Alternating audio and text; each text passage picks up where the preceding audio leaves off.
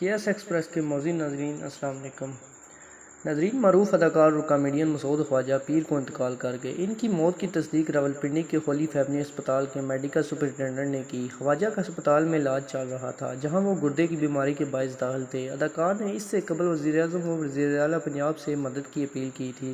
Pakistan sweet home کے بانی اور سی ای او جو کہ غریب اور یتیموں کے لیے ایک یتیم خانہ ہے۔ زمرد خان ان آخری لوگوں میں سے ایک تھے جنہوں نے اداکار سے ملاقات کی۔ خان اور پروڈیوسر عاصمہ بٹ اسپتال میں خواجہ کی عیادت کے لیے گئے، جب وہ کچھ دیر دیگر افراد کے ساتھ بیمار تھے۔ کامیڈین کی میت ہسپتال سے ان کے گھر کے بجائے سویٹ ہوم منتقل کر دی گئی۔ ان کے پسماندگان میں 2 بیٹیاں، 1 بیٹا اور اہلیہ ہیں۔ بٹ نے انکشاف کیا کہ چونکہ ان کا بیٹا انگلینڈ میں پڑھتا ہے، اس لیے جنازے کا وقت پاکستان پہنچنے پر طے کیا جائے گا۔